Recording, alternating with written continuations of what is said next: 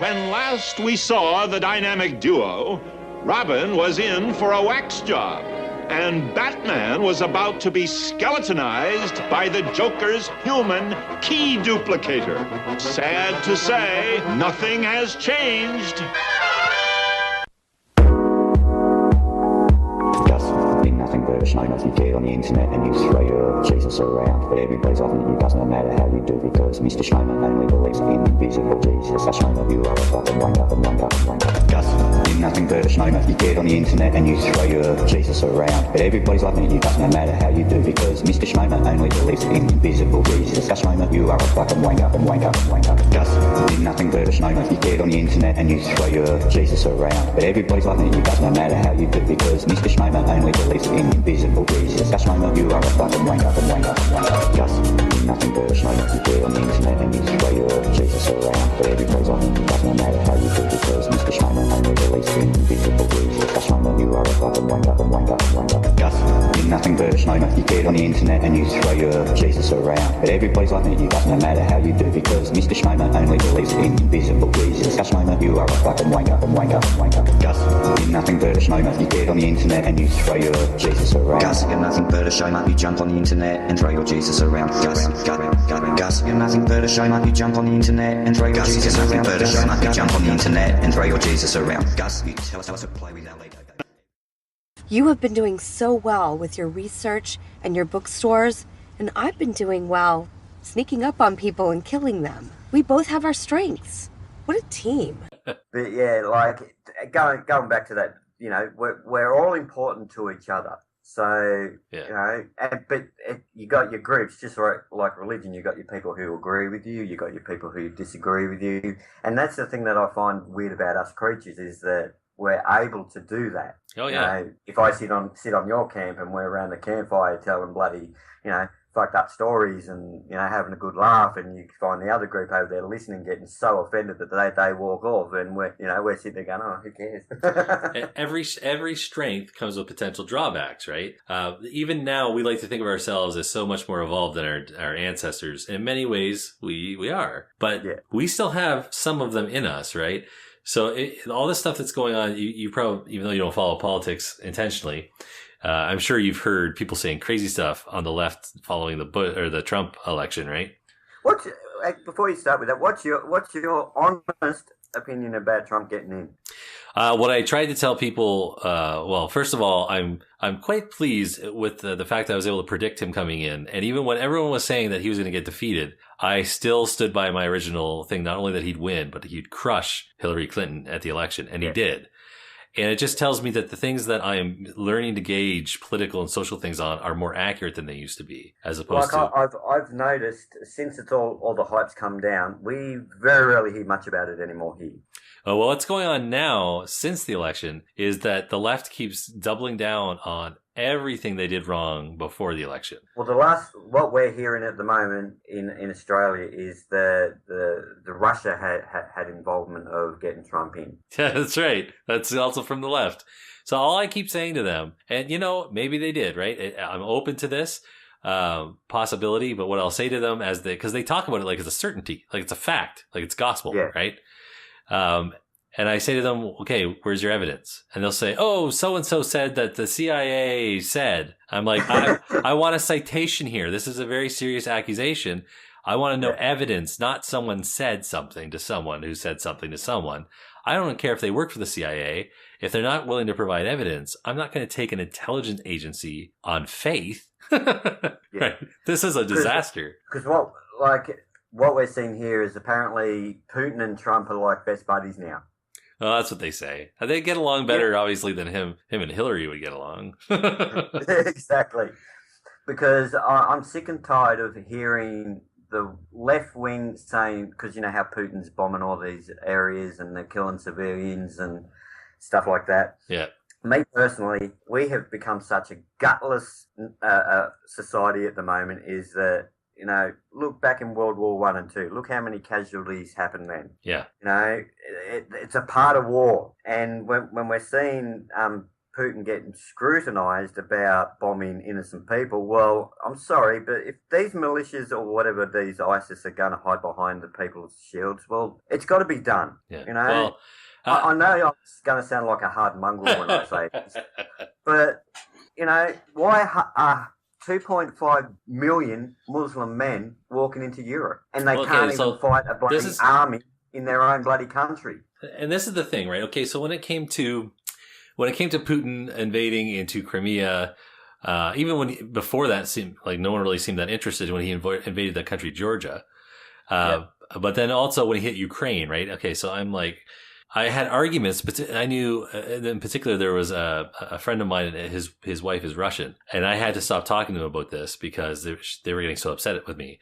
But I was like very clear about this. There's no excuse for invading a sovereign state. No. And I said, you know, because they give me these arguments, and I'm like, okay, so let me get this straight. According to your arguments, if I invade another country and then start forcing those people out or slaughtering them while importing my own race quote of people into there, then even if I give it up and years later I want it back, I can use the people I've imported as an excuse to invade again. Mm. So what they were saying is there's all these Russians there. It's like, well, how did the Russians get there? Yeah. And exactly. and in Ukraine, for sure, I know they had democratic elections. So they could have voted. Exactly. But then, okay, so now that's the other side, which is now, okay, so the left loves it when I say stuff like that. Now they get mad at me, and the right likes me when I say... okay, so you look at Syria, and it's intricately linked to the ISIS or ISIL situation, and the fact that we can't stop being in bed with Saudi Arabia. That's the most potent problem in the Middle East, is our being connected to them all the time. Yeah. So now if Trump gets in, these are the two plans that were put forward. So she wanted to create a no-fly zone over top of Syria and basically use military to push Russia out of the area. And his plan is to let Syria go back under the control of its dictator, because they're an ally of Russia. Isn't that Assad? Yeah, Assad, I think. Yeah, I think Assad, right. Yeah. And to basically let them go back under the dictatorship of this guy, and that way they could focus on ISIS within the entire area surrounding it. And Russia would make a deal with them to help us do that.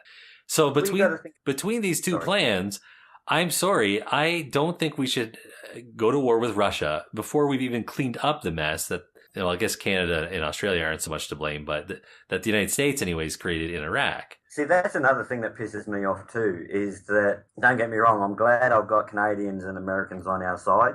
Yeah. But my belief, I can't understand, you know, when a war breaks out, you know, and me personally, I think we have no responsibility for, and you know, because you look at Saddam, like when he was alive, he kept that country under control. Yeah, and that's another thing the left doesn't like to admit. Because Saddam literally, and you know, if you stepped out of line, you got punished. Well, doesn't every law do that? That's their law in their country. That's why they do it. That's why Saddam kept them under control. And to have you know, half your bloody people turn on you when I wasn't sure if it was the Gulf War? Yeah, so they called it the Gulf War, and the first one was Desert Storm. Desert Storm. Yeah. Yeah, and then they said, you know, America's going to come or something, and we're going to help you all, and they ended up walking back out. Yeah. Or was that the Gulf War? That was the well, Desert Storm was what they called the military operation, but it was the first Gulf War. That's what they call it. Yeah. So, and then because everybody turned against Saddam, that's why he punished them, is because, you know, they were done for treason. But for the Western society, that was you know, wrong. But he was literally passing his own laws in his own country. I should be fair and correct myself. It's usually the political right that doesn't want to hear that Saddam Hussein controlled the area. It's the political left that doesn't want to hear the same thing about Libya and all these other areas that they helped to overthrow under Obama's term. And that's the thing, right? It's like, okay, look, dude, I have to criticize whichever side is to blame, just like I have to give credit to whichever side is to be given credit for doing something right. And under the last 8 years, we have seen shit go to hell all across North Africa and the Middle East. That's all been under the direction of the U.S., Obama U.S., what do you call it? Administration. Yeah. So you gotta take your lumps, man. And instead they're just like, no, it's all Trump's fault. It's all Bush's fault. How can it be Trump's fault when he hasn't even been in? Dude, they're already blaming him for shit, and he's not even president yet. Oh. But there were some protesters. I kid you not. There were protesters outside of the White House at one point that were saying, calling for the president to this, the president, like, get him fired, kick him out. And it's like, Obama is still the president, right? like I've been with Obama. Me personally, we didn't hear much about him in Australia because there was nothing really interesting about him. And I was sitting there thinking, what's his policies? I know nothing about the man, but I know more about Trump from when he decided to become, run for presidency. And I thought, this is going to be bloody brilliant. Well, okay, so you asked me before. Let me just quickly tell you, I don't think that Trump is an ideal president. No. And that's sometimes what people kind of infer from I was happy that he beat Hillary. But that is not the same thing as saying I wished, I was wishing all along that Donald Trump could be, the president of the, quote, free world. Like, don't get me wrong when I say this. If Hillary won fair and square, I wouldn't have a problem with that. Right. But the problem I have is she used the woman card. Everybody, because for some reason here in Australia, they always seem to bring out the woman card. Yeah. And she didn't get in because she's a woman. Like we had a woman prime minister here. Oh, she was a redheaded clown anyway. But she was voted in by the same way Malcolm Turnbull got in. Kevin Rudd was ousted. So that's why I say us voting at the moment is a waste of time because we don't know who we're going to actually get in, because you could vote one person in and then within 6 months they're voted out and somebody else is taken. I know exactly what you're talking about, but for just as a quick note for any U.S. listeners that are wondering what we mean by that, because it can't be done that way in the States, is that we don't have presidents. Our prime minister is essentially like the leader of the party. So the biggest party that wins gets control, and their leader of that party gets the powers of the House and essentially the executive, which would be your president, all in one. And so if the party votes out their leader, you get a new House leader and a new president all at once in our country. Yeah. But as I said, One Nation is, we're actually classing her as the Donald Trump.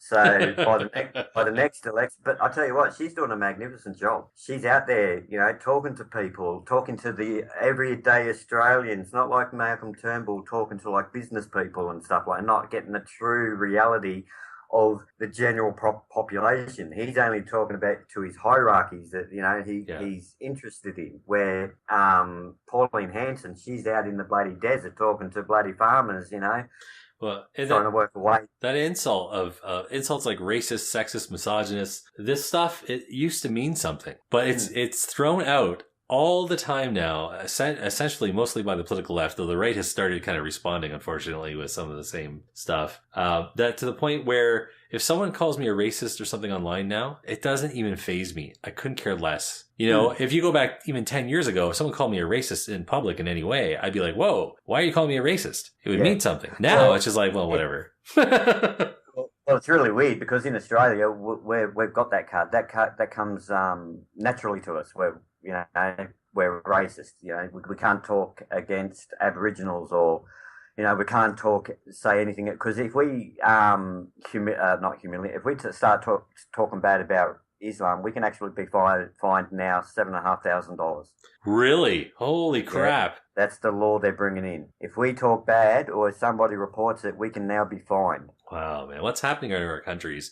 In Canada right now, we have, do you guys have anything like the Human Rights Commission? Yeah. So these people, you can be dragged in front of them by anybody for accusations that you're violating someone's human rights. And then you've got to get your own lawyer or risk going through the process with no idea what's happening. And they're also putting into the criminal code, it's got to pass the Senate yet, as far as I know, but it's called Bill C-16. If you don't use someone's preferred gender pronouns after they've told you what they are, then you're committing a hate crime.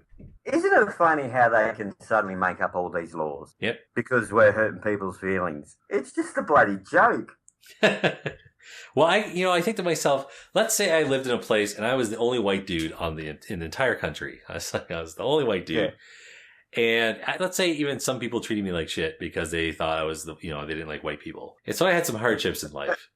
Now, let's say someone came up into the government and they said, listen, we're going to make this law. If people don't treat this guy however he says to treat himself, because he's the only white guy, then they're going to be deemed as hateful, and they're going to be given they're going to be prosecuted under their criminal code and face fines, maybe jail time. I would never support it. Like, what kind of person would support that? But you're saying because someone says something mean to me, because someone doesn't, walk the right way, talk the right way around in my area, and I don't like the feeling of it, that these people should be subject to criminal prosecution? What kind of person supports that? Exactly. Yeah, it's just like taking away your freedom. That's all they're trying to do.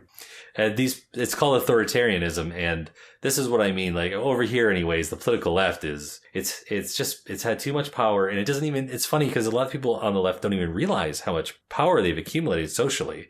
And so and I should say, I try to say this every so often, I'm generalizing. There are a lot of very intelligent people on the left who are not like this, but their voices are not the ones that are being heard. Yeah. And so I've been telling them, like, this is the time to start fighting, especially in the States. Like, and I know in Canada over there too, but now after this election in the States, you got to fight. This is a war now for the left. You've got to take it back. Yeah. No, it's going to be interesting once Trump gets in. Yes. I wonder, he'll probably make it, he'll probably have the cameras running around him 24/7 like a reality show. You're fired. Yeah. I think he's going to be less problematic in most ways than people think. I expect that he's going to do stuff that I hate. I already expected that from the very beginning. And I don't feel any loyalties to him for any weird reason. I'll call him out for it, and just like I would any president. But I don't think the end of the world's going to come. Like, I remember people were alluding to the end of the country or even the world. They're like, he's going to end the world. Yeah, I remember reading shit like that. Like the memes that get out on Facebook. Yeah. They just make me laugh. What is it? I said, I made a post one day when I found out Trump got in, and I said, I hope I can go to bed and sleep easy tonight knowing that bloody Trump hasn't got his finger on that button. Not yet. Not yet. Yeah. Like when Putin went missing for all that time, the first thing that popped into my head was, have you seen the movie Dead Zone by Stephen King? Yeah, yep. Yeah, it was like that. He's getting everything ready and, placing his hand, getting in his little bunker. He was only out having a holiday. So the thing about Putin, even though I don't like him, odds of him starting a nuclear exchange is extremely low, because what's important to him is his ego. And so that means legacy, right? So if he starts a nuclear war, he'll have no legacy. Everything will be destroyed. Yeah. So it'll be Americans that are bloody pressing the buttons. They got nothing to lose. Sorry, Americans. It'll be very much the same thing with Donald Trump. Like, this is our saving grace with nuclear holocaust, I guess. Because most politicians have an ego. Yeah. Who's going to remember how great I am if I kill everybody? Exactly. Oh, I'm going to press the button. I'll be known in here. Going down in history. Well, will there be no more history because we just wiped us all out? What about all my statues of me without my shirt on, riding on a horse? I need that reset button. Land them back down. Mr. Putin, we can't save the statue of you on your horse without your shirt on if you fire that missile. We can't save the Kremlin. Well, in that case, we will not fire for now. We'll just ring North Korea to press that button for you. He would just he'd deflect all the U.S. missiles with his chest. He'd jump in the air. He'd get on his horse and just rip his shirt on. I am God. Yeah, it's funny how he gets out and does all that shit. I feel bad, because when I was younger, I was a conservative, and then when I got older, I was in university, I became a self-avowed liberal, which over here is political left. And so I feel bad for both when I see things going really wrong on that side. I see them all as human, right? And the analogy I'm using for the left right now, I used it actually just today on Twitter. I quoted an example of just a random person that's on my feed who's left, and they're calling for. There's people who are called electors in the states that do the final voting to put in the president, but they're supposed to vote the way their state has voted, right? Yeah. So many people on the left are now openly calling treasonously for these people to ignore their duties under the Constitution and vote for Hillary instead of for Trump, right? Now they're going to spin it completely different, but that's the facts. That is just the way it is. And they can try and lie to themselves about what they're saying, but the average voter who might vote for them in the next election, they're going to see exactly what this is. Right? It's not going to look good. So the analogy I use in my tweet when I quoted it was, this is the type of average quote I'm seeing from the left on my feed. It's like the ship is sinking and the band is doing an encore. Yeah, I can just picture that, eh? It's not enough that that they're playing, but then they're about to, all right, we're done playing, let's go to the boats. And someone's like, encore. All right. Okay, let's play one more, guys. Where's Kathy Bates spitting over the bloody side of the rail? Like in the Titanic. Yeah. Oh, man. I just feel But bad. I found it, like when I found Trump had got in, I thought the next day I got up, I'm thinking, how many people are bitching that he got in? Oh, and that's been amazing too. Like I knew turned on ABC News, and the first thing that I seen on TV when I got up before I went to work was everybody standing at the front of the White House saying something that we did not vote Trump. Well, obviously you didn't vote Trump because Hillary didn't get in, and it just makes me laugh that all these people are so upset that Hillary didn't get in. Just like with Brexit, like I was cheering when. Oh yeah. Did you see my video? Did you see my video I made to rub it in? I'll probably have to go back through it, but I remember putting up a post, and it was all these people in like rubber boats, blow up boats and that, and they were going down all this creek, and I said, "Yep, looks like your Brexit has happened. They're all leaving." And like I was so happy. And the next day, you heard the same thing. We didn't, we wanted to stay in. Well, sorry, majority rules. Yeah. Oh, and then all of a sudden they don't like democracy, right? Yeah, exactly, because it didn't go their way. Shut up! Will you shut up? Now we see the violence inherent in the system. Shut up! Oh, come and see the violence inherent in the system. Help! Help! I'm being repressed, bloody peasant! Oh, what a giveaway! Did you hear that, eh? That's what I'm on about. Do you see him repressing me? Okay, so the person that probably people have been most sore about me going after is Richard Dawkins. I like Dawkins. I do. I love him. I absolutely. Yeah. I've seen him a few times. He's come to Australia and he's been on a show called Q&A. I think you have it over there as well. And they just talk about political stuff and not, anything that's going on in the world. He's a brilliant guy, yeah. Oh, he's a very, very smart man. I love watching him, and he's, as I said, he's been here a few times, and I make sure I've got my popcorn ready and my coffee ready for when he comes on, because I absolutely love listening to him. I love his book. I have come to expect as much from Richard Dawkins when it comes to politics as I would expect from him to know about fixing a toaster or how to best go down a water slide. It's not his area of expertise, very clearly, but. He's kind of because he's so well known. When I go after him, he kind of he represents, I guess, more. He represents some of these really brilliant guys on the political left who, when it comes to this election, have been saying just completely counterproductive things. Yeah. He wrote a letter. It was in Scientific American, posted a bunch of letters from scientists who were mostly displeased about the election outcome. And so his was the first on the list, and it was written not to America or to Britain. It was written to New Zealand. And in this letter, he's consoling them about how they have much better, things are not, at a complete loss. America is filled with, he calls them racists, misogynists. Anyone who voted for Trump, he calls a redneck. Yeah. So he doesn't like Trump? Oh, he hates Trump. That's understandable. I understand his reasonings for that. But that kind of language only lowers him into the mud, right? Yeah. And he's not even saying it to Americans so they can see it and then form an opinion about what he said about them. Yeah, he's going the back door, mate. Yeah, and he's poisoning the well. It's going to be like Chinese whispers, and New Zealanders are going to start talking about it, and then it's going to get to Americans. So they're going to say what? So what he doesn't understand about the political creature is that this is going to blow up. It's going to have blowback. It's going to push people further away from listening to his important messages about science, because now they're going to see the guy that they hate because he said this shit about them. Because he's starting to become politically motivated. Well, I don't mind him. I don't mind him getting into politics, but I wish he'd get somebody to advise him on. On what he's doing. Proofread it before you get out there. Yeah. Because you're going to make yourself look like a bloody idiot. Well, he doesn't have Hitchens to chide him anymore. Yeah, exactly. He's all alone, mate. I loved Hitchens. Oh, yeah. Well, that's... I have found that in this age we're living in, he's so completely relevant. Like, it's incredible how relevant his work is. Well, that's like with Pauline Hanson. Like, back in 1986, when she first started going, running for a seat, she was way ahead of her time. She was all about, we're going to be swamped by Asians. Well, guess what? 20 years later, they're buying up all our property. They're buying up all the lands. And she was just ahead of her time. And, as you said, she was classed as racist because, she was going after a minority. But she was 20 years ahead of her time. So she's technically right because we're getting bought out by China.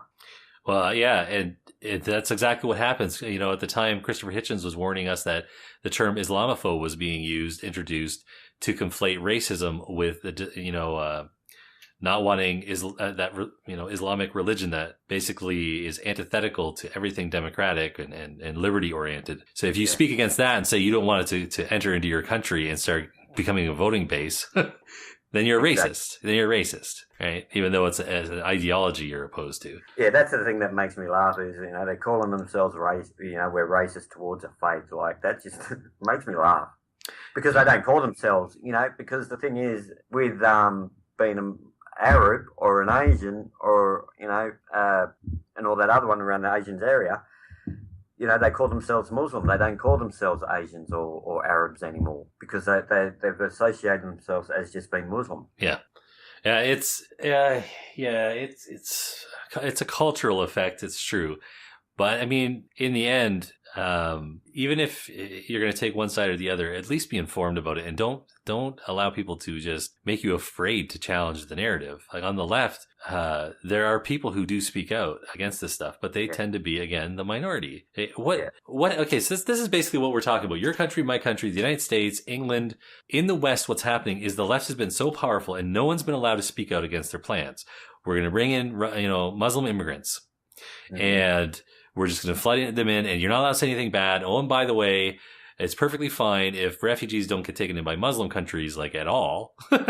Yeah, exactly. And then they spend billions of dollars setting up religious infrastructure for them when they come over into the West. And they continue to be, promoters of things that are considered human rights violations for women, for minorities, and blah, blah, blah. And it's not just that. It's just so many things you're not allowed to talk about. So, what do you do?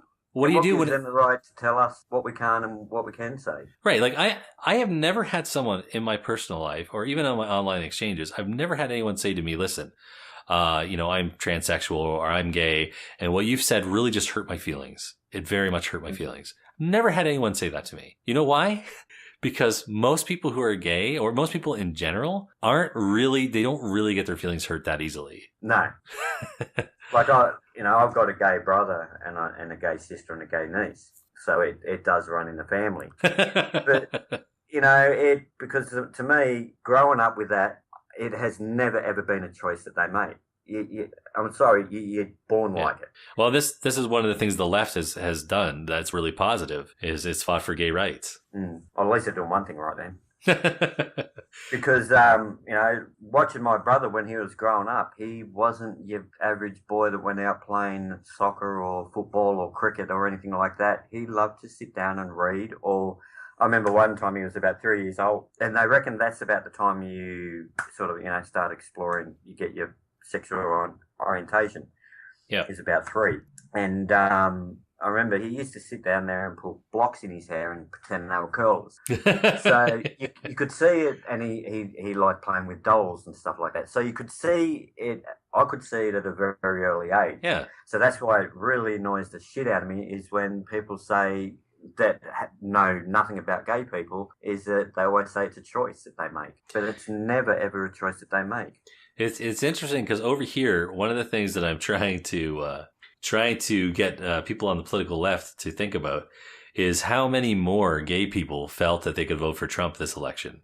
I think what's happening is that people in general are starting to accept that being gay is just a part of life for a minority of the population. Yeah. And that includes more and more conservatives who are starting to just accept that. In fact, you'll hear conservatives during elections. I heard it multiple times with the Trump election, where they were saying that they would protect gay people from being murdered by Islam, who Hillary was getting funding from. Right? So, wow, how things have changed here. And also, Milo Yiannopoulos was a very prominent gay man going around campaigning for Trump. And so things change over time. Like, just because I give credit, and I mean it, I give credit to the left for championing this shift in not just the law, but in social acceptance of reality about gay people. Well, back when I was younger, when all this gay stuff started coming out, and about getting married, and when I was 20, I was dead against it. Gay people having children, I was dead against it. Yeah, and I was going on what I'd been taught. Right. Yep. And your exposure, So, your experience in life, through religion and society, because technically it all started from religion that you can't be gay. Like God made you gay, and He loves you being gay, but you can't act out on it, which is sadistic in itself. Won't they be shocked when they get to heaven and they're gated by God at the gate, and He's like, "Hey, welcome! This is why I saved you for me."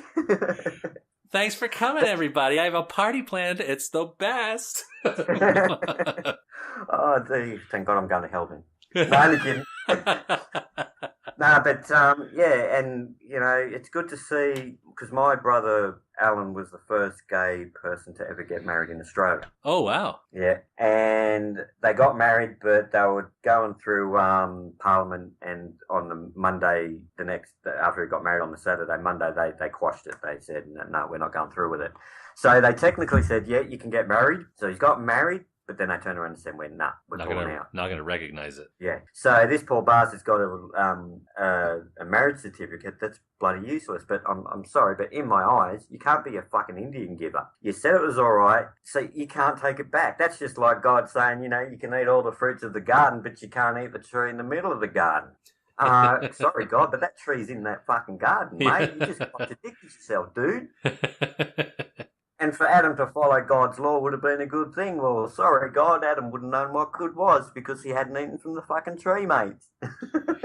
And these days, what I find is that sometimes it goes the other extreme. Now it's sometimes straight people. They're like the way some people talk about straight marriage, like it's all a lie, it's all sham. They'll never work. No one should get married anymore. Yeah. No respect for parents being able to try and have control over what their children learn. And I don't mean to like some cult-like level. I just mean like if you're going to teach stuff in school that is probably going to provoke parents, tell them about it. Yeah, just like we can opt out of religion, but you have to opt out. You automatically put in, and it's not until the parents say no when you can opt them out. So, if the parents aren't going to be lazy, well, and they don't want their kids to bloody know that shit, well, they should just jump in and say, not my kids. So, and I just think don't have to go one extreme to another, right? So you want to be pro-gay, like gay is not wrong. It's a normal part of the human equation.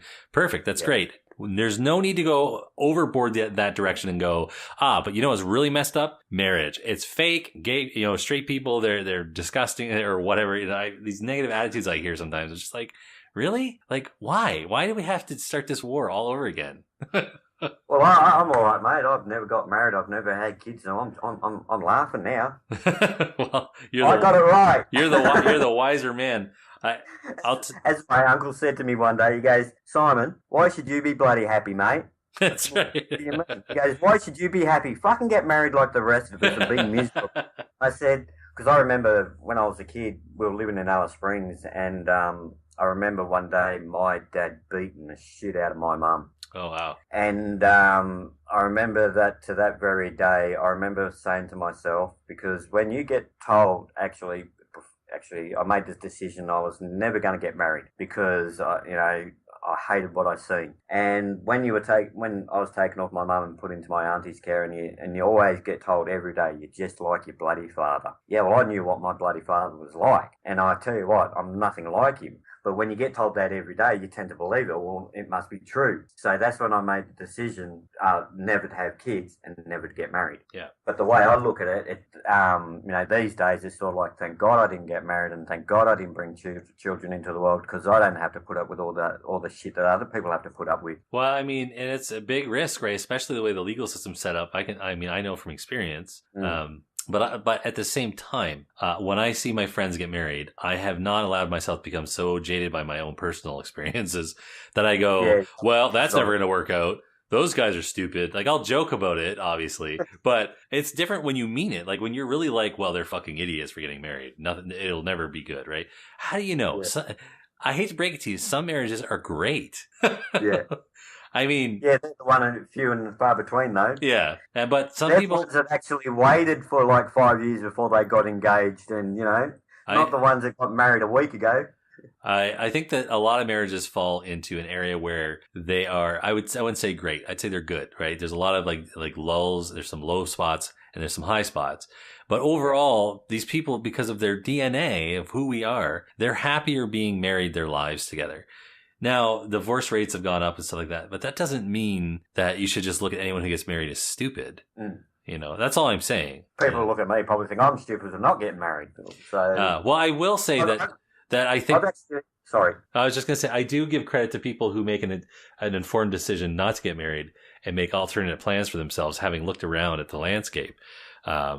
Because I was too blind to do it, so I'll give credit where credit's due there. Oh, I forgot where I was going with that other one. But yeah, I've been criticised that, saying, oh, you're selfish, you don't want to bring a kid into the world. I said, and my theory, my argument is, have you seen it? Yeah. I don't think anyone should be nicely tucked into my balls, mate, and they can stay safe there. I respect people's individual decisions. I guess that's what I'm getting at. If you don't want to, if you think it's best not to have children, then I'll hope for the best for you in the sense that I hope that one day you look back and you're happy about that decision. That makes you feel good. And there's every reason to suspect that if you're true to yourself, that's what you will do. Yeah, I've never had the inkling of getting married. It's never really entered my mind, and like I see it everywhere, but it's just not me. I'm happy with that decision. At the very least, even if people are planning or hoping, I guess, to one day get married, you should still learn some self-sufficiency in order to make a good decision about when you do get married. People basically, so many people just basically kind of lean into this expectation. I'm going to get married one day, and then they get married because it's like this thing that they've determined beforehand. I'm going to do this no matter what. Yeah. And that causes problems. Exactly. But like I noticed back in the 90s, like all the teenage girls having babies and stuff like that. That's when they sort of gave, in Australia, they did the parent payment, single mother's payment. Yeah. And in a way that did boost the single mother's rate a lot more, because then they knew they had a support to fall back on. And even Pauline Hanson is trying to rein in the parent pension, because even she said most of them are falsely accused of something that they haven't done and been kicked out. Yeah. So she said she's going to rein that in. Good. If you're going to have a kid, if you're going to have a mistake, we'll pay for the one mistake. We do not pay for any more from any other different fathers. Do you remember that song from way back in the 90s from Ace of Base? I saw the sign. The one before that. All that she wants is another baby. She's gone tomorrow, boy. Yeah, how true is that, though? Oh, yeah. People have seen this coming down the road for a long time, man. We don't want to think that people are going to act this way, but they're acting this way. A lot of people are. And I've got a lot to, with my view, it's got a lot to do with what we've grown up with. Like, one day I was sitting there with my niece watching video hits. It's a music station, and it plays music clips. And we were watching Beyonce, and she would have been about 4 or 5 years old, and I'm just sitting there shocked at what I'm watching. Yeah. And to what she's witnessing. I turned it off, and she goes, "Hey, I was watching that." I said, "You are not watching that." Like, she was bloody throwing a box in front of the camera and shaking her ass and, getting the finger and rubbing the upper thigh, and it's just, it's sexualized. Yeah, and then she's one of those people, her and Miley Cyrus both saying how Trump is this awful person, immoral and stuff. And then people show like pictures of them in concert. Yeah, exactly. Like you got bloody her swinging on a bloody wrecking ball, butt naked. And, I think to myself, and this is the reason why we've got so many problems, is because we are trained to think that way. So as soon as a girl hits 16, 17 to 20, they've been trained, oh, I've got to have a kid. Oh, I'm a sex object. And, and but ironically, what helps them make wiser decisions, statistically speaking, is having a father in their lives. Exactly.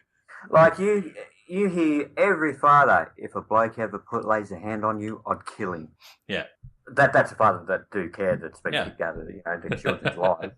Well, also that just... There's something about, biologically, we work optimally with a mother and a father. That's our biology, no matter what these crazy, social justice warriors will say. That's the science of it.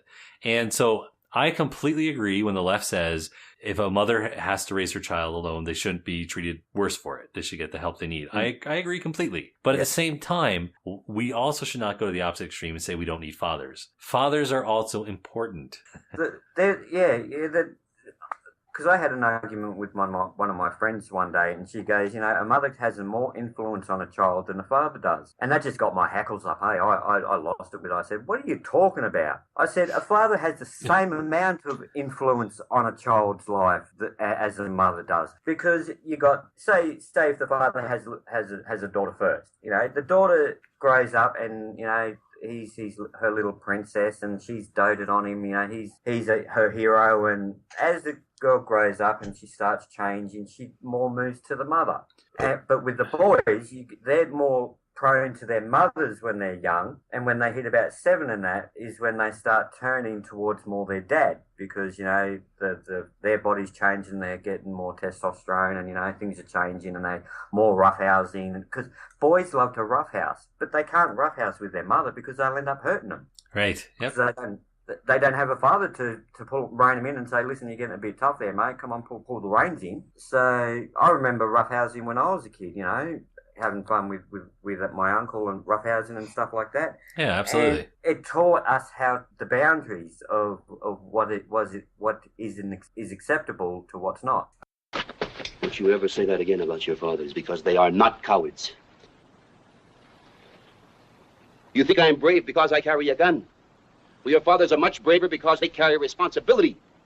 For you, your brothers, your sisters, and your mothers. And this responsibility is like a big rock that weighs a ton. It bends and it twists them until finally it buries them under the ground. And as nobody says they have to do this, they do it because they love you and because they want to. I have never had this kind of courage. So fathers have the same amount of influence on a child than a mother. Yeah. And again, people right away take that as an attack on mothers. It's not. But how can it be an attack on a mother? Because the father also made the child, just because a woman it fell out of a twat, doesn't give her the right, the sole custody of it, because if it wasn't for the bloody man, she wouldn't have that child. I think that more and more of the population is coming around to realizing there's a problem with this, and to start seeing that we need to start defending the rights of fathers to be in the lives of their children. But it's a slow reaction of going back towards the people who can put this all into motion. Yeah, exactly. We've got trouble here in Australia. We hardly have any male teachers. They're all females, and they're trying to push to have more male teachers.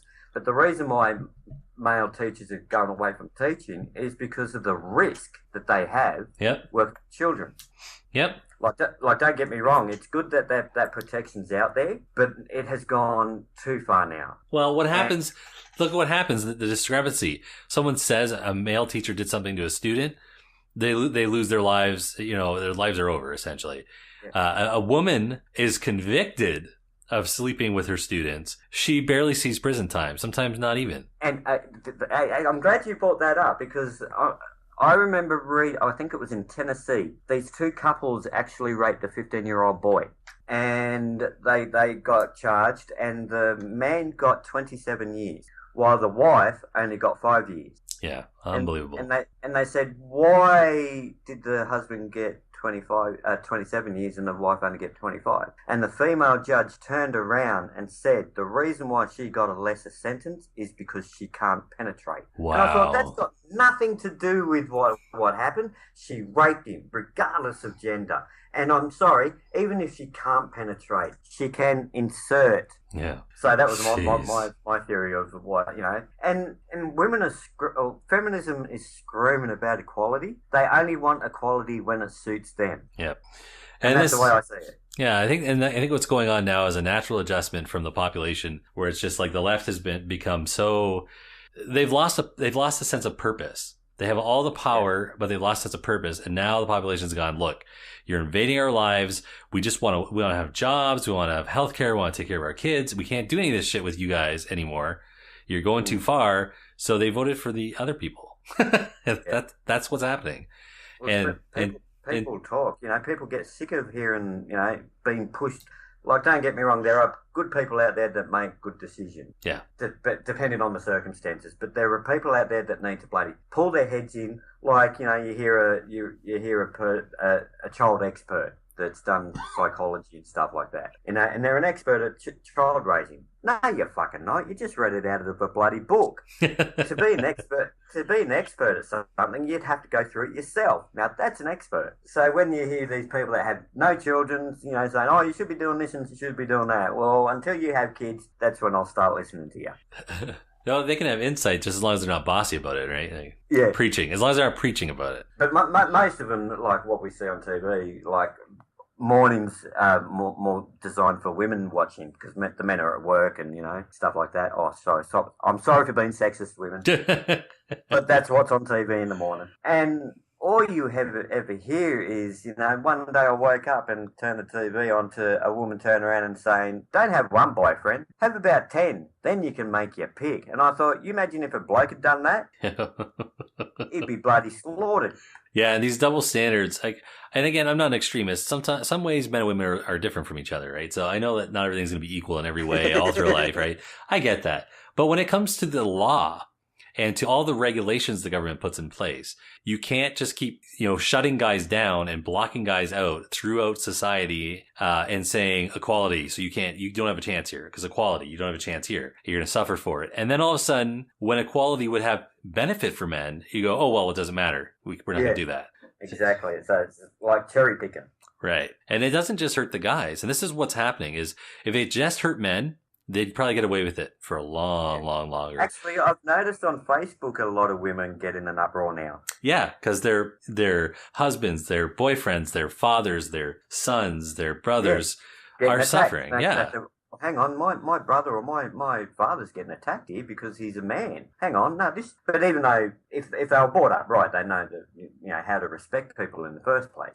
Well, people also see this is less emotional, I guess, but even with me, like I am at a situation now where at least for the next several years, I don't have any opportunity really to better myself. It's not possible, and I've committed no crime.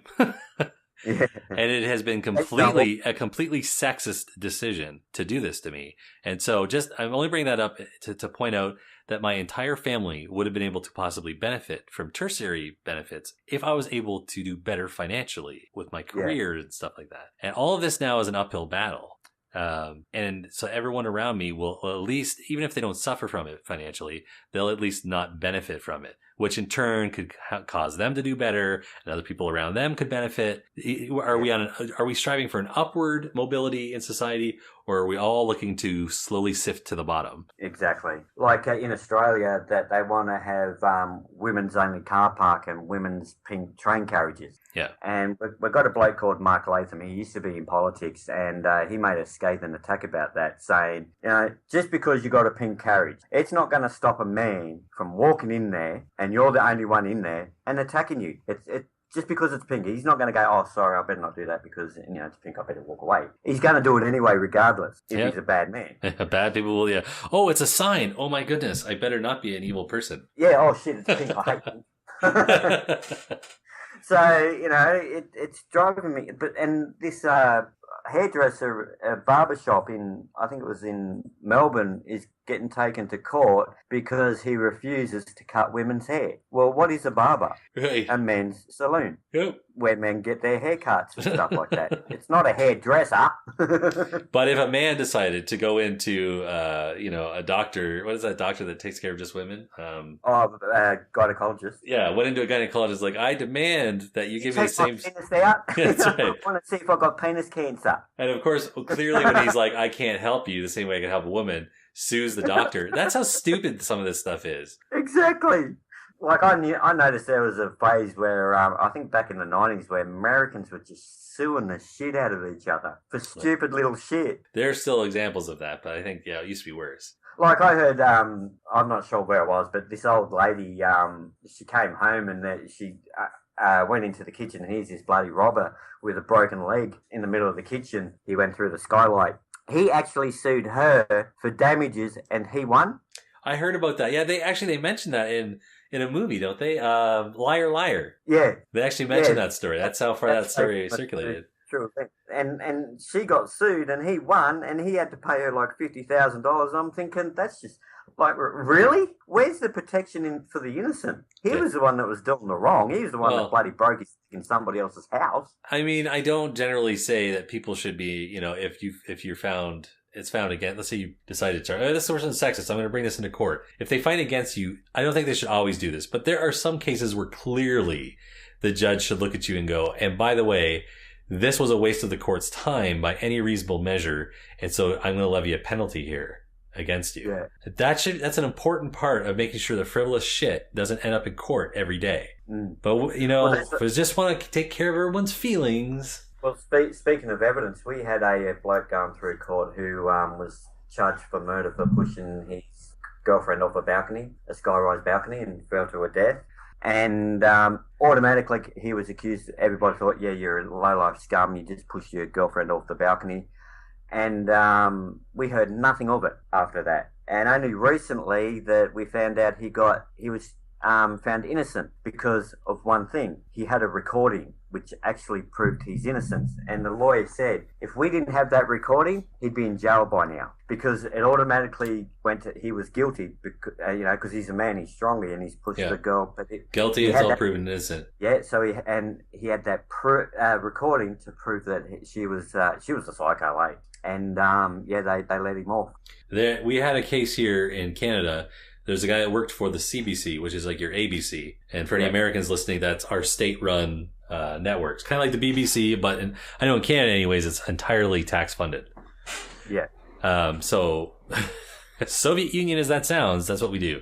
So they had this guy working for them. He was on, I think, their most popular show. His name was Jian Gameshi. And some women through the Toronto Star, I think it was, accused him of beating and raping them. Yeah. And so without getting any information, the CBC fired him just based on the accusation. And remember, this is a government-run agency. So that means that they have different qualifications on how they can treat people. So they should not have done that, but they did. And not only that, they ran stories along with these other newspapers while the court case hadn't even happened, telling about all these terrible things these women had said that he'd done. And they're all presenting it like, clearly this is destroying the man. It's trial by media. And so then they get to trial, and his lawyer cleans the floor with the other side. Proves that they were lying, all three of these women. But not only that, proves that they intentionally coordinated in a conspiracy to put him in prison by lying. Yeah. So, and my belief in that is, if a woman's willing to go that far, well, then she also needs to be charged for false allegations. And if she's found guilty, she needs to serve the same time that bloke was going to serve if he was found innocent. If he was found guilty. So I agree with you completely. But instead, what has happened is that the judge, after finding them guilty because it was so overwhelmingly clear what was going on, he had to, right? Or finding him innocent. So finding him innocent, right? So, but even just then, because of the political correctness environment we're in, he even still had to state, but I still feel that some women are mistreated and blah, blah, blah. It had nothing to do with the ruling, right? It's got nothing, exactly. It's got nothing to do with that bloody case. They shouldn't be putting other cases into that case saying, but in other cases that there have been abused. No, that's got nothing to do with that situation. And so then the media jumped on that and started circulating that as evidence that the women had not been treated fairly and that really he was guilty, instead of providing any of the overwhelming evidence of what actually happened, right? Because in for a penny, in for a pound, they had already condemned themselves as, printing all this fake shit. And so the guy's life's destroyed now, and he's never going to have a career in any of the stuff that he loves. And the media is still alluding to him being this awful rapist. Yeah. Well, you look at what's it, Bill Cosby, Yeah. It's only their word against his. And, it's far easier to accuse a man of rape, but it's far harder for a man to prove he's innocent. Right. I mean, I am willing to say if a lot of people come forward, there is an increased chance that there's truth to it. Yeah. But when only... you look at Trump. Yeah, only an increased chance. It does not mean evidence, right? So particularly when you have someone who's famous, when a few people come out of the woodwork and it seems that famous person is vulnerable, more will follow. Yeah. So this is a problem with a lot of people, again, on the political left, have this philosophy that if many women accuse a man, he must be guilty. That is not the way this works. Now, I'm not saying Bill Cosby isn't guilty. I don't know in his case. But what I will say is I won't treat him like he's guilty until he's found guilty. Exactly. Well, you look at Rolf Harris. Do you know a bloke called Rolf Harris? Yep. I don't know him. Do I know him? He's an Australian singer, and he moved to England, and he's now being charged for sexually assaulting young kids. Okay, and the media is treating him like he's guilty before the trial? He's in jail now. Oh. And more people now have come out about him saying what he's done and stuff like that. Okay. So it's really weird. It's like watching a train wreck bloody happen in slow motion. You hear one person go, okay, Rolf Harris or Bill Cosby just sexually molested me, and it hits the news because they're famous, and then you see all these other people come in. Yeah. And I think to myself, well, you're looking about 80. You're looking about 50. Why didn't you come earlier? Why did you wait all this time to come out and say something? Why not come out straight away when it happened? Well, when you talk about that, okay, so the reaction often is, well, these women could have been traumatized. It's very, very difficult for them. But I'll go with what law enforcement try to tell people if they'll listen, which is this is not about being kind or unkind to you. It's actually being concerned about stopping crime, which is if you get sexually assaulted, go to the police and get checked out right away, because otherwise it's almost impossible to get these people put in prison, right? Maybe there'll happen to be a photo or some video or some corroborating evidence, but the most sure way, even though it's very difficult, it's not to be callous to say, but the police being concerned about stopping these criminals is the best way is force yourself to go and report it. Yeah. Find the courage. You have to do this. It's very important. But then I suppose I'm a bit of a hypocrite in what I say because, when do men go and report violence against themselves? So I'm a bit hypocritical in that comment. So I'll have to retract that.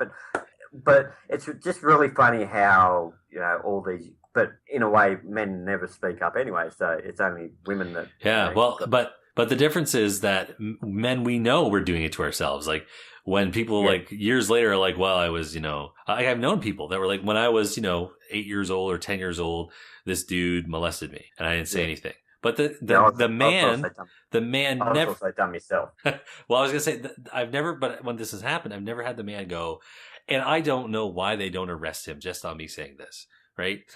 They understand why. It's because they know that no evidence can now be put together, right? So that even if they come forward, unless there's other corroborating evidence in some way, you can't put someone in prison based on someone telling you a story, no matter how heartfelt it is, right? These are the difficulties of proving things.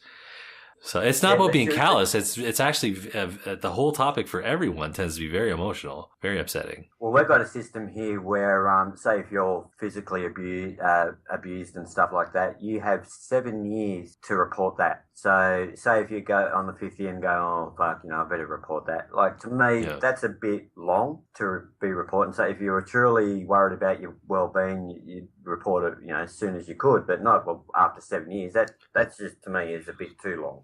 Well, the person I always think of is a guy on YouTube that goes by the name Justicar. He used to be in law enforcement, specifically in forensics. And he's been accused, I can tell from his videos, the way he responds to people, he's clearly been accused multiple times of being callous towards women because he tells them to report this stuff right away. But I'm sure he would say the same thing to guys, to anyone who gets sexually assaulted. Yes. This is just about evidence. If you really want to stop these people, you have to get yourself to the police so they can inspect you. This is just something you have to do. Or like I say, maybe later on there'll be some corroborating evidence that can put them away anyways, but you can't count on that. And the whole thing's horrific. Like I don't know anyone who goes, ha ha ha, it's funny women get raped. Ha ha ha. Like in earnest. Speaking of, one day I was looking after this old bloke and he was a real bastard, mate. I did not like him at all. And me, I don't like to hate people.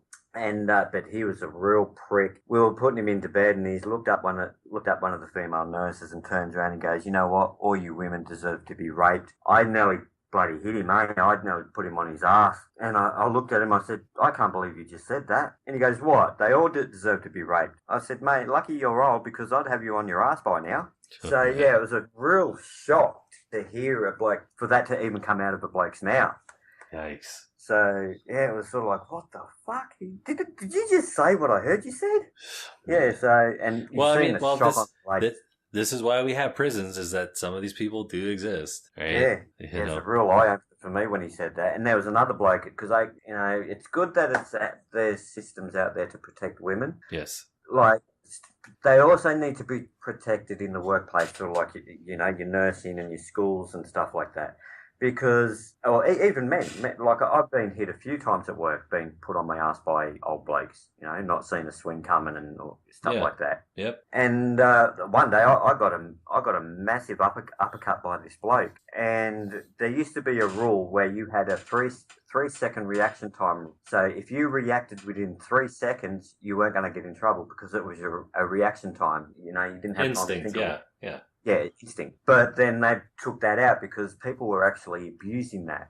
I guess so. I can see why it would be tempting to do so. Yeah, but one day I got a massive uppercut, but I knew I couldn't touch him because I would have been sacked on the spot. So I actually had to hold the rail to stop me from swinging at him, because he put me on my ass because I was over him over the bed, and he's just gone crack. Cleaning his pad and stuff like that. Like, it's not all fun and games looking after old people. I guess not. Sounds like it could have its dangers, man. Oh, yeah. It's but I love the job. You get more good ones than bad ones. Hoping to be speaking with Simon Wright on the show. Now, Simon Wright was the person who gave me my first ever 5-star review, and there's only been 2 of you, so obviously some people out there think the show absolutely sucks. More 5-star reviews, please, on iTunes. Here he is, the man who is the Simon Wright first 5-star reviewer ever. Promise I didn't know him, didn't pay him, ain't got no money, ain't got no talent. But that's by the way, that brown paper bag is on its way. I think it's bloody well should be. I'm starving here. You said earlier about memory, dementia and stuff like that. Yeah. I remember listening to something. I can't remember what program it was, but I remember specifically them talking about older folks who are able to stay in their homes are able to have better memories than people who are moved from their old homes. From the homes they've been in for all these years. Because, and this is the theory, and there's a lot of strength to the theory, that when they walk around familiar places with familiar items around them, the environment that they're in continually is a way for them to have external memory stimuli. What they're seeing and sensing around them helps them to set off memories in their mind. Like going outside, hanging the washing on the line. They'll walk outside and go, "Oh, I've got to do some washing today." Yep. It's not that they're forgetting. It's just that they're getting reminded. And in nature, you don't have old folks' homes, right? No. Well, you're looking in the. Asia and that, they don't have nursing homes. The family look after the old people. Yes, unless the whole family is taken into custody by the Chinese government. But generally, I know what you mean. But, they look after their elderly. They don't put them into a nursing home. But then you've got to understand, in our society, we have to work just to pay our fucking bills. Yeah. So, we've got to put some, get, at home care or put them into a nursing home. But it just makes me angry that these nursing homes are making so much money but crying poor. Yeah. So before we go, I have a question for you. Yeah. Who's the politically correct bad guy in this episode? Me or you? It'd have to be me. Oh, it's you? Okay, good. I'm tired of being always the one. Yeah, it had to. Well, honestly, I've actually behaved myself. Yeah, you know what? Actually, when we've been talking, I've been thinking to myself, you should maybe think about doing interviews every now and then. You're actually very, very good at asking questions. Yeah. What, me? Yeah. Oh, mate, you know how much, because it's really weird, because I get really nervous before the interview. I'm going to stuff this up. It's going to be their last show.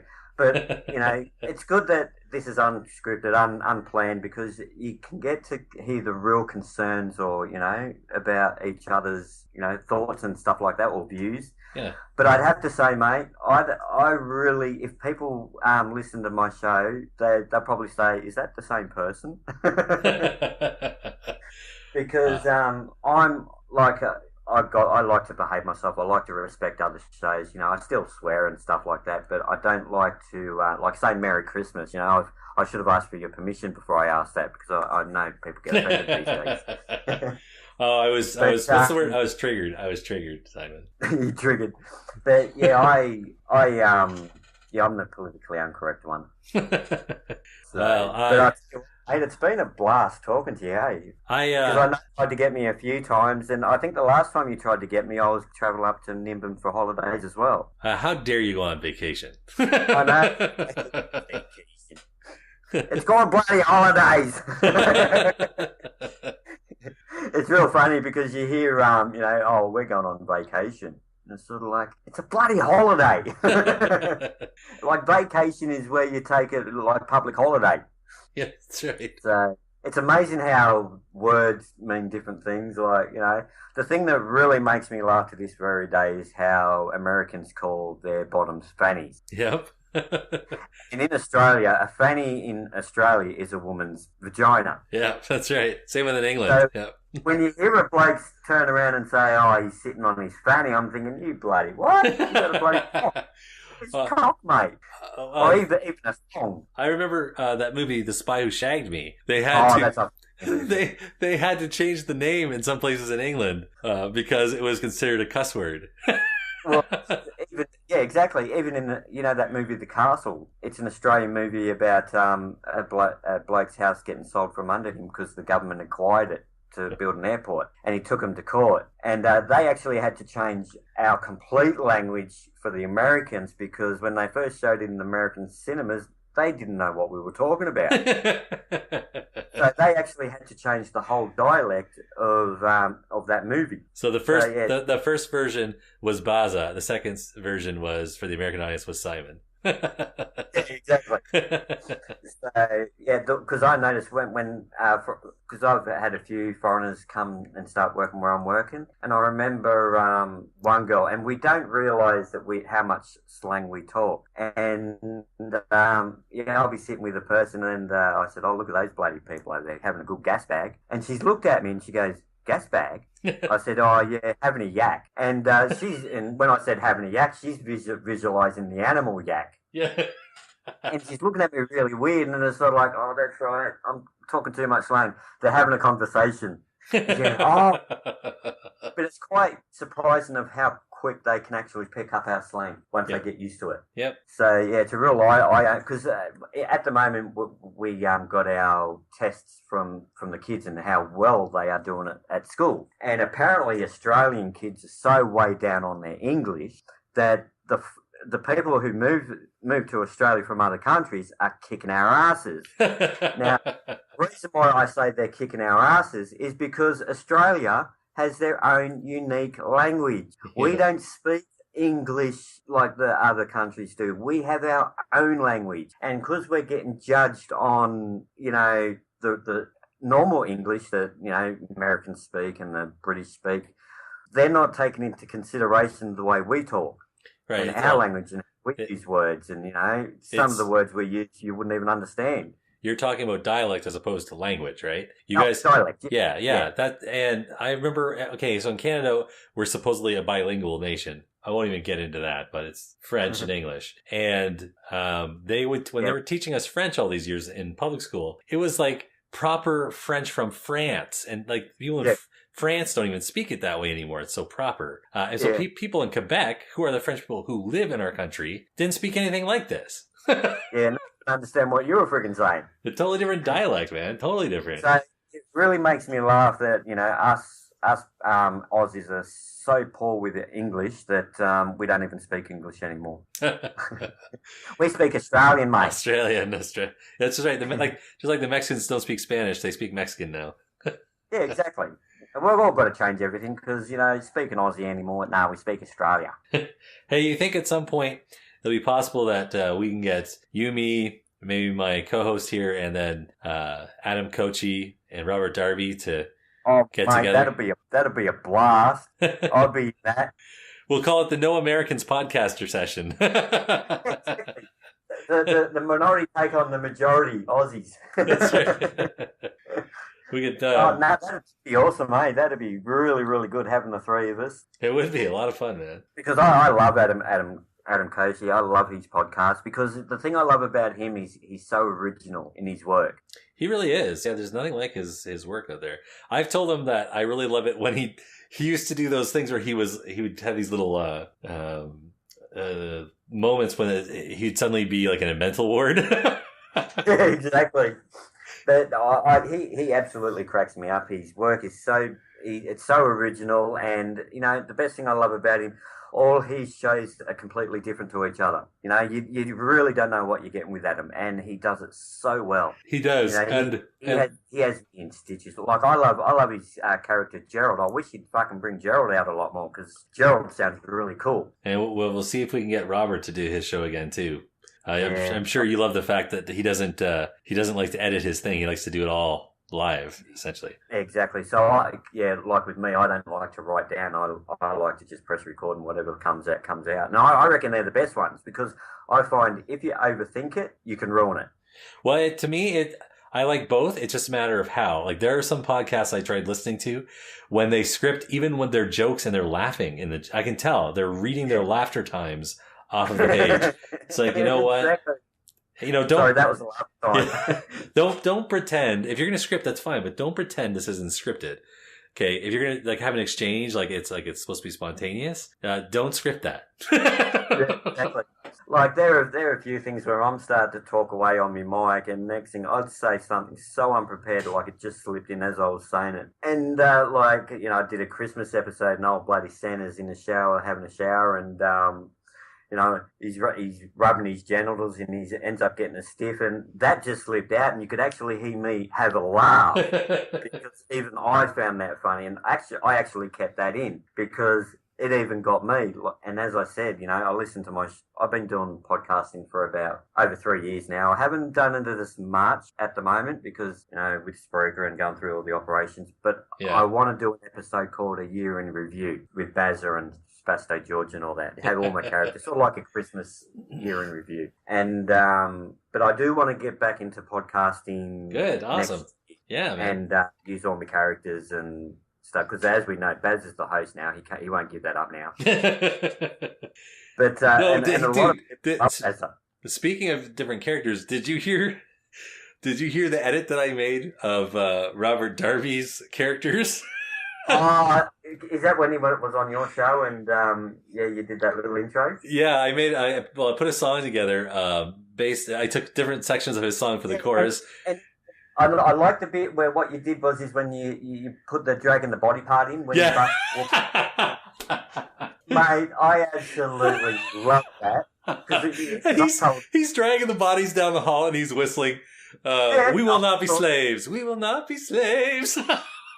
Actually, now that you've brought that up, I have to think of what you're going to do for me. Actually, it'd probably be a lot hard because you become thinking, shit, what can I put in without bloody, people? Most of my shit. What made it so funny is that none of this, well, the thing with him, like I have had Adam on too. The reason that it worked so well with his is that nothing about what was being done at that time was meant to be violent, or it was just like, he was doing the voices, but it was supposed to be just kind of like wink, wink, nudge, nudge kind of funny. And I turned it into a nuthouse comedy. The guns shot in, and I thought that was brilliant, and I was panicking. And next thing you hear him, Darby dragging him down the hallway and throwing him into the closet. I thought I got to listen to that again, eh? Oh yeah, it's one of those funny things that I do, and then when I listen to it again, I'm like, I can't believe how well that worked out. Robert sounds so completely psychopathic. The way I have him singing that song, that's like a gospel song while he's dragging the bodies down the hallway. He's done a bloody good job on that one. I've got to admit, you had me laughing. I haven't thought about that one for a while. That's why I'm laughing so hard. But that's the thing I love about your shows is when you bring your guests in. I notice you use if they've got their own show, you actually bring part of their show just to introduce people to what their show's about before you actually interviewing them. And that's the thing I love that you do, is because when I listen to Roberts and Adams, when you had an interview with him, you actually brought part of their show that they did into it, so you had this mental picture of what they were going to be like. Yeah, I like to I like to encourage my audience I give them little bits usually of other work or other appearances they've done and stuff within the context of the show as well, because I'm hoping my audience, as I go through my guests, they'll find certain guests that they're curious about. I want to go check out more of their stuff. Yeah. Yeah. Oh, no, I love your show, mate. Actually, I've been following you for a while now. I don't even know. That only shows that you're obviously more insane than most of my listeners. Did you ever do an interview with Robert Darby? Yeah, I had a 2-parter with him. Yeah. I think that's when I got onto you when you had your first interview with him. Yeah. He's one of those guys you call an easy guest. He'll keep you laughing through the whole thing. He cracks me up, mate. Like I love listening to him, and I'm actually disappointed he hasn't done a show yet. But we'll fix that one up. I don't get much in terms of I have an email on the website, and I actually got one a few months ago. I should probably return the email. They were asking about whether Robert Darby's okay. Yeah, don't worry. He'll let you know if he was sick. He'll do a podcast. Yeah, that's right. But yeah, I've been listening to him ever since he started, and yeah, he's never done it like all you blokes that I listen to. You know, I love it when you see up on a phase where Corey Jensen released a podcast. I'm going, yeah. So. All right, so my Simon, favorite episode was the one you done around about August this year, and with forgot his name, and because him talking about Black Lives Matter. Oh yeah, yeah.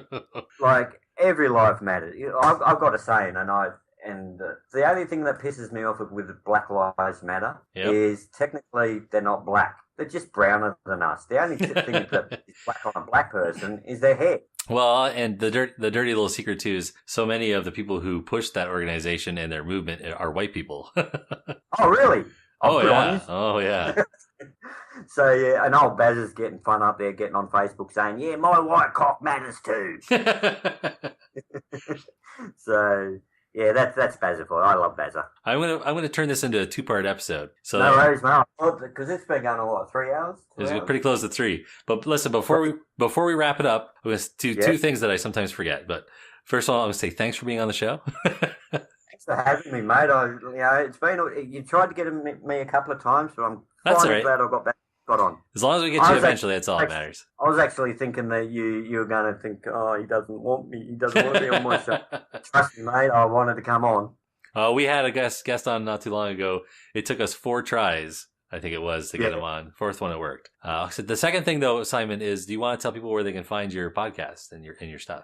Yeah, you can find my podcast called Simon Says News. I do different formats on that one. I've got the Learning the Quran, Simon Says, and Simon Says Radio. But as you know, when you get onto the Spreaker site, it's all in the one. Yep. Yeah, Simon Says News. I warn you, my material is not for everyone.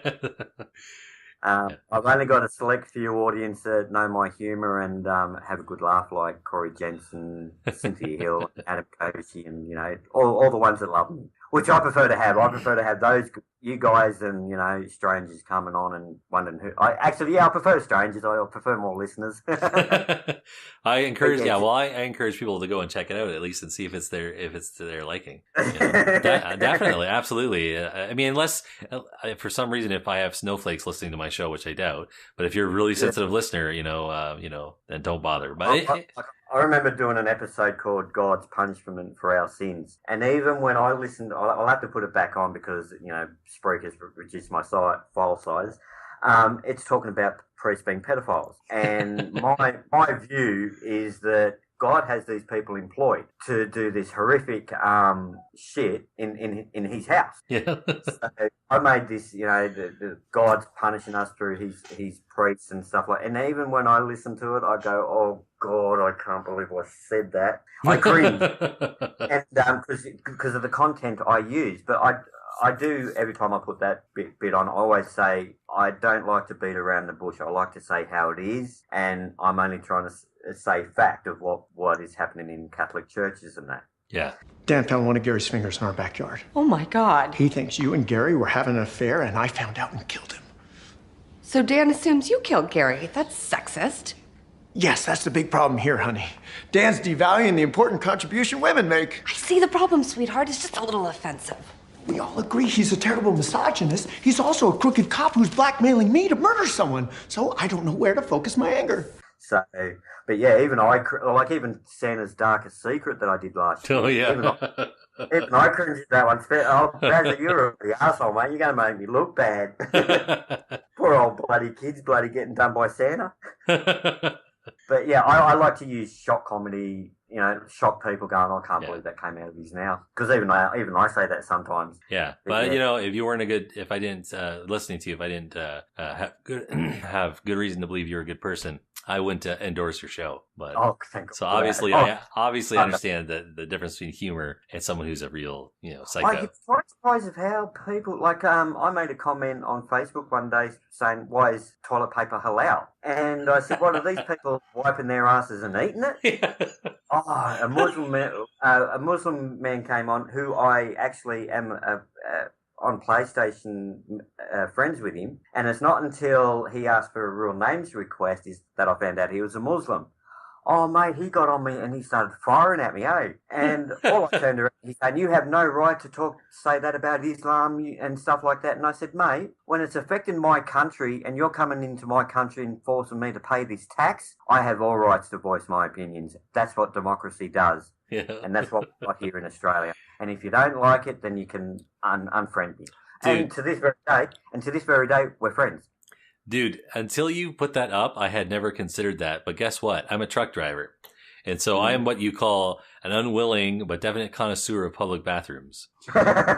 Right? And since you put that up, I realized that there are Muslims who go into the stall with a bottle of water because they're not allowed to use toilet paper, and they wash their butt with their hand and then leave the empty or partially empty bottle sitting on the ground or somewhere nearby. And some of these people are particularly messy, but even if they're not, you know what? Right. This when you come to our country, I expect you to start using the toilet paper.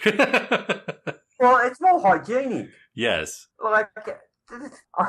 I always must have some sick, twisted fucking mental mind up there, because why would there be no, you use your hands for everything. You imagine if in a nursing home I wash my hands, wash my ass with my hands.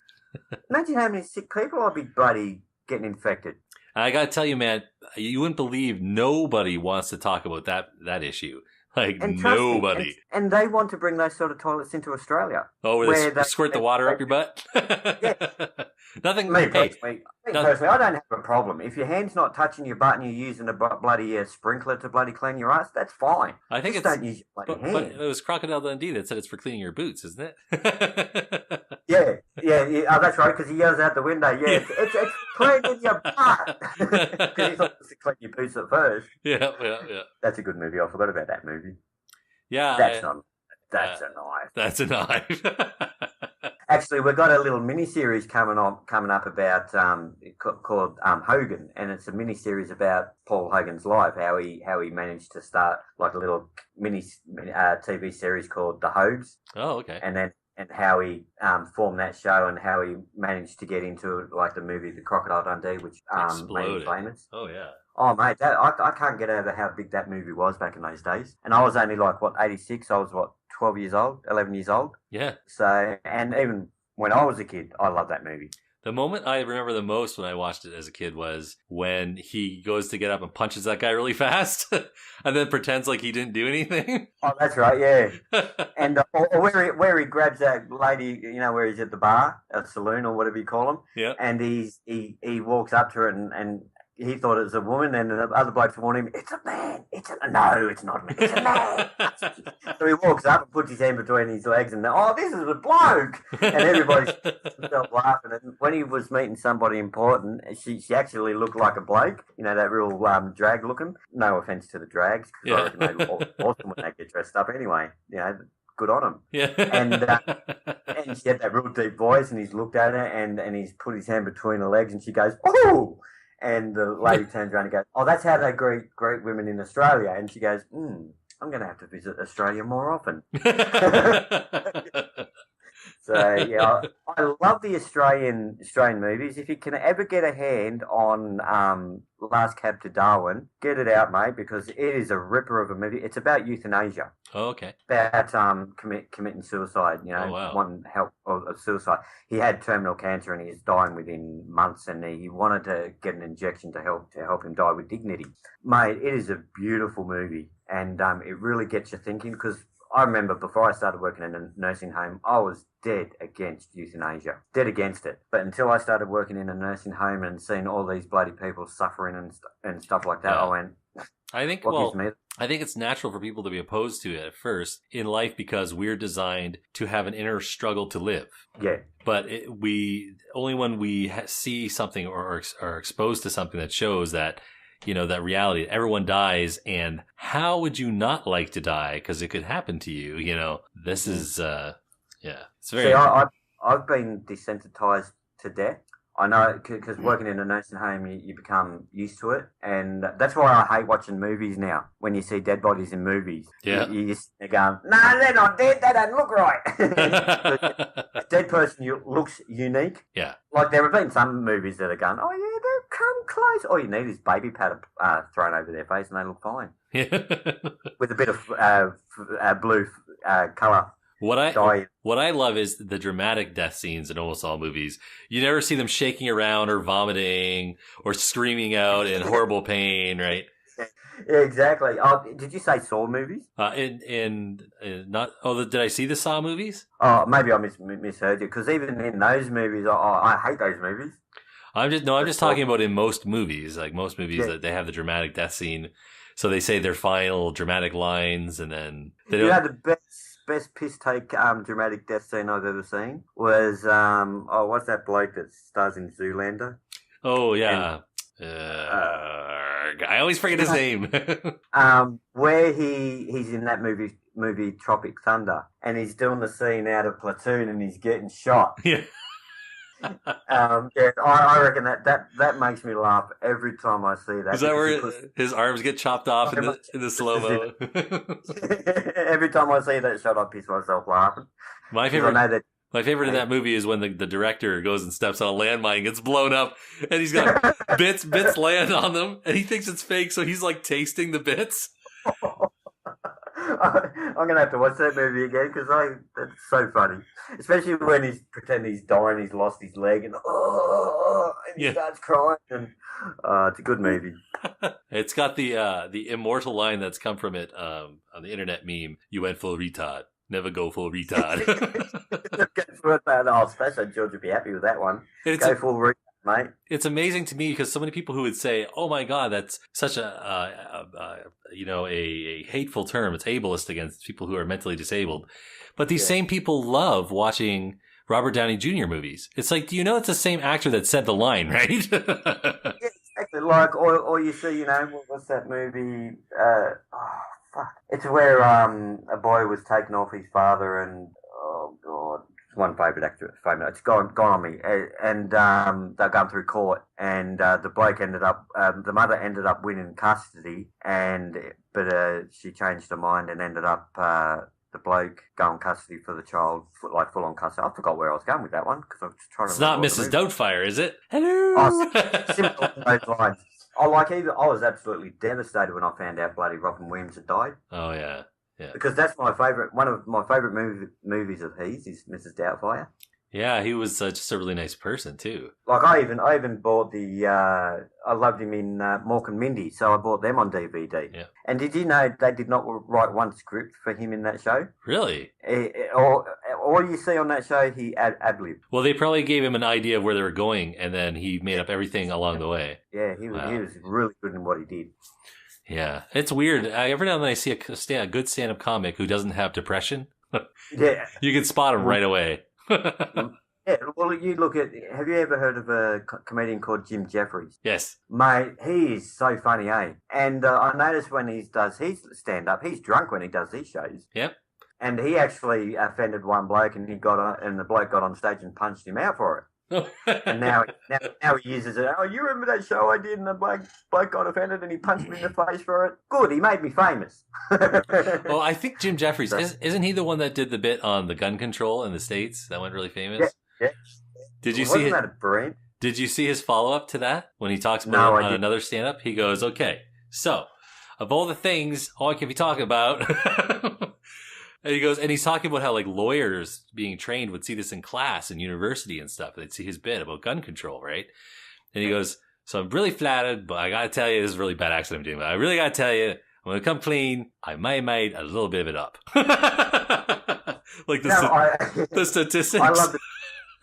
I love the bit where he was talking about all religions, and he's talking about the Catholic Church and how his uncle, how did he make it to heaven, because he used to touch him up. And he goes, all right, enough of that. He goes, another religion, Buddha. What's up with that fat cunt? and he goes, oh, and everybody laughed. Everybody laughed at him. And the Jews with their curls. What's about that?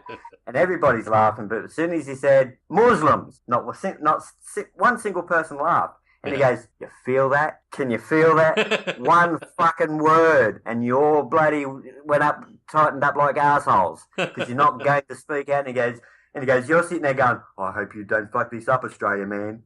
So yeah, it's really funny, and it really goes to show you people are afraid of Islam now. Yeah, because they don't want. Because I noticed because I'm trying to stay away from Islam now on my Simon Says page. I like to do normal shit now. We'll see how long your self-discipline lasts there. Yeah, exactly. And I forgot where I was going with that. See, dementia setting in. So, well, we have some pills to help you with that, Simon. Yeah, but that put me in a depressive state. Actually, even having that endone is bloody wicked shit, because they had to have me on endone when I had the surgery. And well, I imagine they'd have you on something. No wonder why they get hooked on it, because you bloody start tripping out. Like, you sit there and go, oh, this is bloody awesome. Yeah. But don't get me wrong, like, I'm all dead against like Western medicines. I'm more into the herbal medicines, but some things you just got to swallow your pride. And because I remember when I woke up in massive hives because I'm allergic to synthetic. Oh, wow. And I just broke out in hives, and I was that itchy, it drove me crazy. It actually had to give me something to calm it down, because I was virtually nearly scratching the skin off.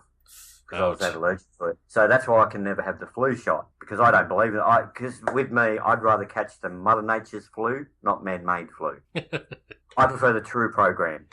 Well, I have had one medication where I had a reaction and I was itchy all over the place. It's only happened to me once. But and you would think that I would bother to remember what it is, but I've forgotten. So I could end up having it again someday. Exactly. Like, I used to get tonsillitis, and they used to try to put me on bloody what's that word? Penicillin. No, the other one. Antibiotics. Oh, okay, antibiotics. Yeah. And because I used to get tonsillitis, and the doctor always prescribed me, and I said, I'm not taking it. And he goes, well, do you want to get better? I said, well, every other tonsillitis attacks I've had, I've gotten better. So, even the doctors are over prescribing shit that we don't really need, because they get a kickback from it. Well, I don't know. It's different in different places, but I do know that even if they're not getting a kickback, one of the things that happens, like in America, and I think New Zealand allows it too, they're allowed to, the pharmaceutical companies are allowed to do commercials directly to the general population. Yeah. And so what happens is they tell people all the things that they want to hear about their product. The name brand gets stuck in their head, and they go to the doctor and demand it. And eventually the doctor gets tired of the patient asking for it and will probably just give it to them. Oh, okay. So it doesn't even have to be a direct kickback. It can be just because the doctor wants them to shut up. Yeah. No, I didn't think of it that way either. Yeah. So, but yeah, apart from that, I like to. I've enjoyed doing podcasting just like you have. But yeah, I will be getting back into it next year, and because I've got to try to find get my credit card, because the one I use is a prepaid one, and they haven't sent me another card yet. So, get that all organised, and away we go. Well, once Trump's in, we'll all be millionaires, so you don't have to worry about it. Oh, yeah, exactly. We're all cheering then, mate? You seem a little manic, honey. Well, I feel really manic. Coming soon to Simon Says Radio. DJ Sensei, where he plays all the tracks non-stop on 73.05 SSSSSSSS. I got mama and I follow Jesus, because I'm too much of a big coward to take on my sins. I'm scared of hell, that's why I believe in Jesus. When I get to heaven, I'm gonna suck his no. I got mama and I follow Jesus, because I'm too much of a I got Shemima and I follow Jesus because I'm too much of it. Simon Wright, Adam, Pete, Bang, Bagley, Thomas, Todd, and Rob Branch, Stephen Warren, Shane Taven, they had more balls than me. Simon Wright, Adam, Kate, Bang, Bagley, Thomas, Simon Wright, Adam, Kate, Bang, Bagley, Thomas, Simon Wright, Adam, Kate, Bang, Bagley, Thomas, Todd, and Rob Branch, Stephen Warren, Shane Taven, they had more balls than me. Simon Wright, Adam, Kate, Bang, Bagley, Thomas, Todd, and Rob Branch, Stephen Warren, Shane Taven, they had more balls than me. Simon Wright, Adam, Kate, Bang, Bagley, Thomas, Simon Wright, Adam, Kate, Bang, Bagley, Thomas, I'm Joshua Mama, and I pray to Jesus to ask him what to do with his unintelligent. So you, do that thing we talked about yesterday? Nope. And I'm not going to. It's over, Dan. And if you turn me in, I'll turn you in too. Into what? No, I'll turn you in. Into what? I'll turn you in also.